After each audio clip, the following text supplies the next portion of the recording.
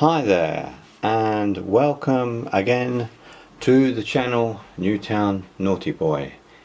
And today we're discussing the aspect of weighing your pellets. So why indeed should you weigh your pellets? Well, there are various reasons, and you may think that pellets are very consistent and they probably weigh exactly the same throughout the tin, but that's not quite true, and depending on the make of pellet that you use may determine how these pellets weigh. And what I'm doing today is I'm just going through this tin of Air Arms 177 pellets, and I'm weighing them and categorizing them into three piles. The pile in the middle, or the tin that I'm actually I've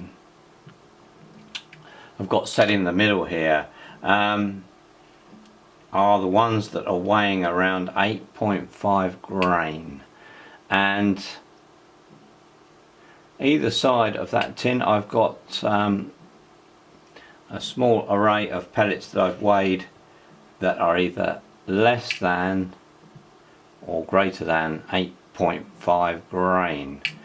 Now, sometimes there's not very much difference between the pellets. It can be just 0.1 of a grain either way, but I'm still splitting these pellets out so that I've got one tin of very consistent pellets.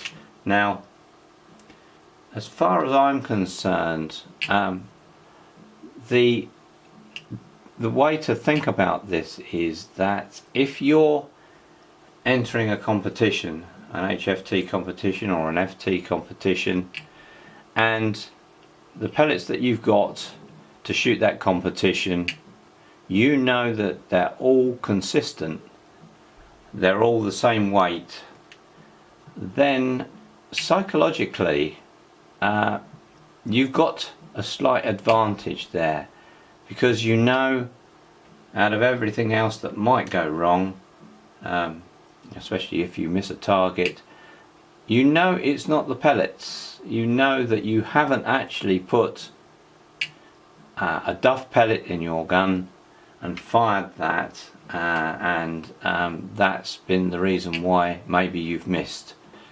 So the main reason really is to do with consistency and the psychological aspect of weighing and making sure that you've got a tin that's consistent in every way.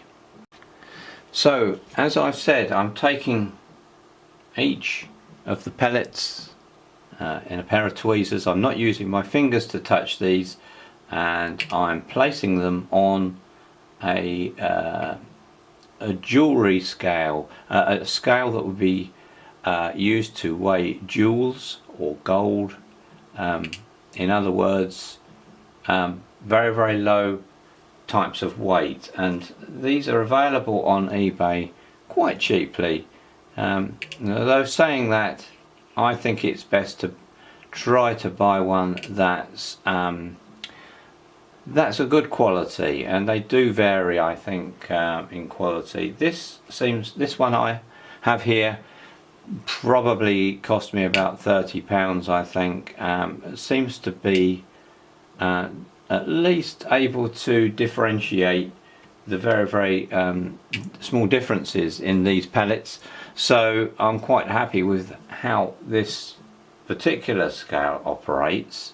As I said, use some tweezers to pick the pellets up, because your fingers pushing down on the scales can cause the weight to vary. So it's if at all possible, just try to use a very light touch. And how I'm going about this is, if I find a pellet that's either under or over the desired weight that I want, then like this one is 8.3, so I will pick it up again, place it down, just measure it again. Yes, it's 8.5, so I'll put that in my middle section. So that's how I'm going about it today. And what I find is with air rifle shooting in general is that there are 4 areas of kind of compliance, if you like, the 4 parts of shooting an air rifle where certain things, certain aspects of the actual skill of shooting need to be correct. So your gun needs to be working correctly, your scope needs to be working correctly and set up correctly, you need to be working correctly, in other words, you need to have done your homework and you need to know how to shoot your gun. That's quite important. Practice is important. And of course the 4th aspect is your pellets. These need to be the correct type for your gun.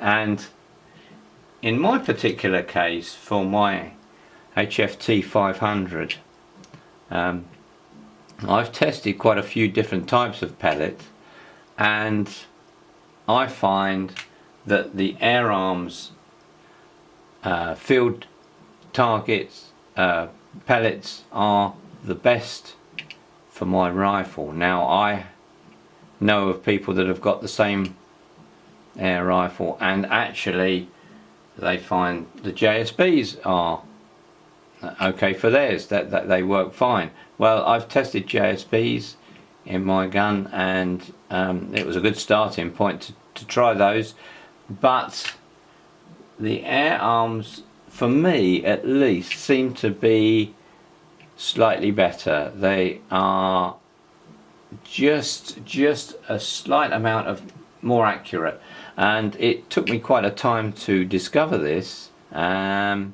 I'm quite pleased I did the homework. So now I know that I've got a certain make of pellet that works for me.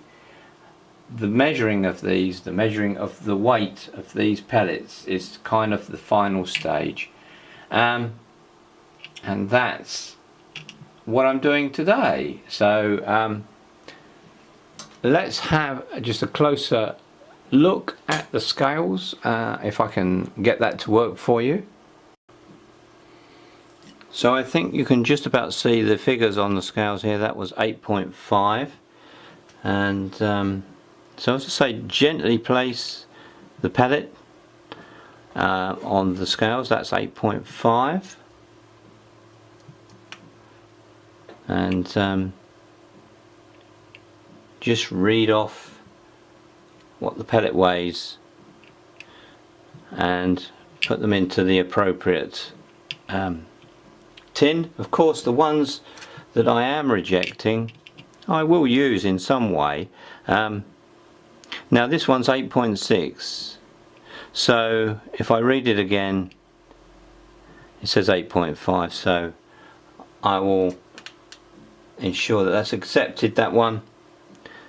And the scales are pretty accurate, but there is some variation. So that one's 8.6.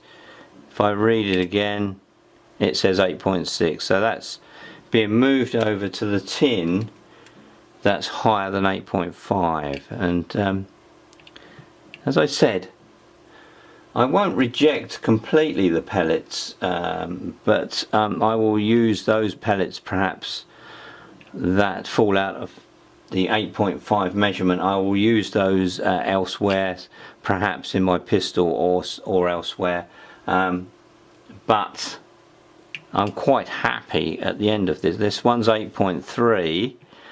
Let's measure it again. 8.6, so it's jumping about a bit. Let's see again. 8.3. So I'm assuming that one's lighter.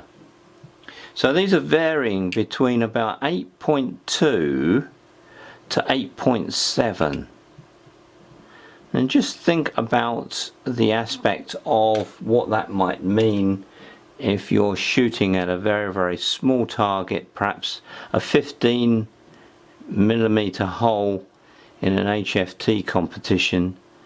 That small variation might be the difference between you hitting the target and knocking it down, or missing it completely. So there you go, there's my tin of measured 8.5 pellets. On this side they're higher and this side they're lower. So I will be using these pellets now for the HFT competitions, and I'll have a pretty good feeling about using these pellets. They're consistent, but before I actually use these pellets I will physically check the skirts of these as well, as I place them in my box that I use for competitions. I'll physically look at the skirts to see if they're damaged, and again I'll reject any ones that fall outside of what I feel is acceptable. Okay, I thought you might like to have seen how I do this, and it's not for everybody. There's a lot of discussion about this subject of weighing your pellets and whether it's needed or not. Some people don't do anything. Some people wash their pellets and then weigh them. I just weigh mine just to get that consistency.